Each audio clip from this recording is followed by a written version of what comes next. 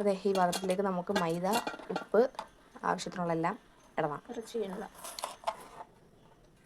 അതെ, ഇതിൽ എത്ര അളവ് വേണമെന്ന് എനിക്ക് അറിഞ്ഞൂടാ. കുറച്ചൊന്നും കിട്ടാം. നിങ്ങളുടെ വീട്ടിലെ ആളിൻ്റെ എണ്ണനുസരിച്ച് ഇവിടെ ഇപ്പോൾ ഒരാൾക്ക് 2 എണ്ണം കഴിക്കാൻ ഇടാം. പിന്നെ ശ്രേയ ഇവിടെ ഉണ്ടാക്കുന്ന മോമോസ് എന്ന് പറഞ്ഞാൽ നമ്മുടെ ഈ ഇലയുടെ വലിപ്പവും വണ്ണവും കാണും ഒരു മോമോസിന്. അപ്പോൾ നമുക്ക് ഒരു 1-1.5 പീസൊക്കെ തിന്നാൽ തന്നെ ധാരാളം. കൂടുതൽ ചെറുതാക്കി ഉണ്ടായി കഴിഞ്ഞാൽ പിന്നെ ബാക്കി വരും. ഒരെണ്ണം പിന്നെ ഒറ്റടിക്ക് കടിച്ച് കഴിഞ്ഞാൽ തിന്നു പോകും. ഇത് മതിയാ നോക്ക്.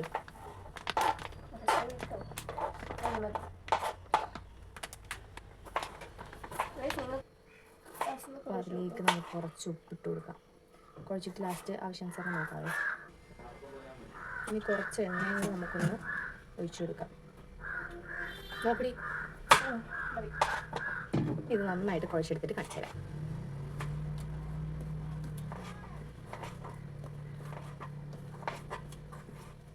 അവിടെ ഈ ഒരു പരുവത്തിലാണ് നമുക്ക് എടുക്കേണ്ടത്. ചപ്പാത്തിയുടെ ആ ഒരു കൺസിസ്റ്റൻസിയിലാണ് വരേണ്ടത്.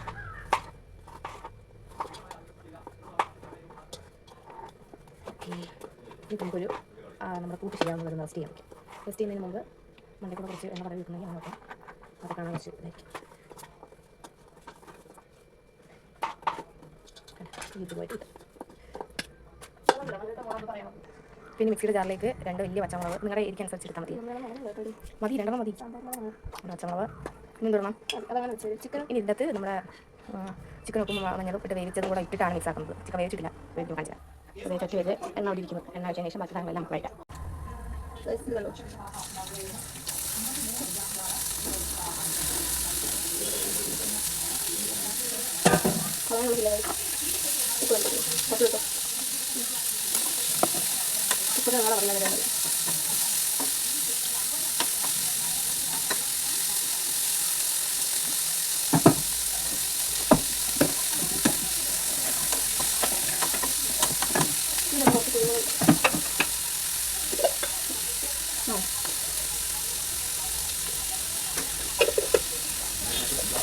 ഇത് കിട്ടും കിട്ടുന്നുണ്ട്.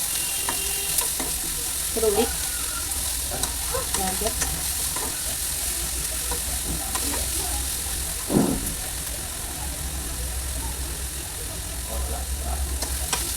ഇതിലേക്കാം ഇതിലേക്കാം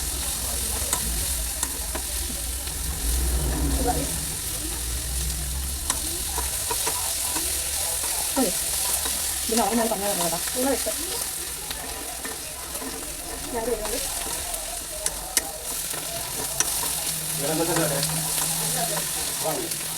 ഒന്ന് വണ്ടി വന്നിട്ട് കാണിച്ചു തരാം.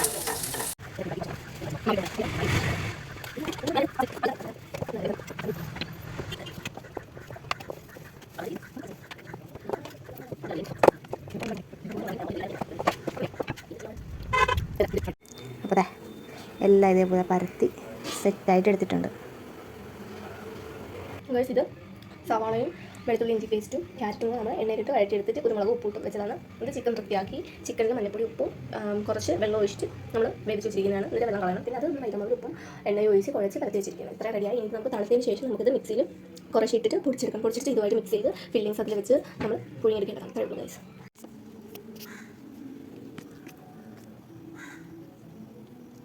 നമുക്ക് ചെറിയൊരു അബദ്ധം പറ്റിയിട്ടുണ്ട്. ഞാനത് പരത്തി വെച്ചു, പക്ഷേ മൈദ ആയതുകൊണ്ട് ഇത് ഒട്ടിപ്പിടിച്ച്. അപ്പോൾ സാരമില്ല, നമുക്കതിനെ ഒന്നും കൂടെ പരത്തിയെടുക്കാം. അതെ, ഇതുപോലത്തെ ഒരു പാത്രം എടുക്കുക. എണ്ണ ഇടണ്ടേ? 1 2 3 4 ഇതൊന്ന് ആവിയിൽ വെച്ച് പുഴുങ്ങിയെടുക്കാം.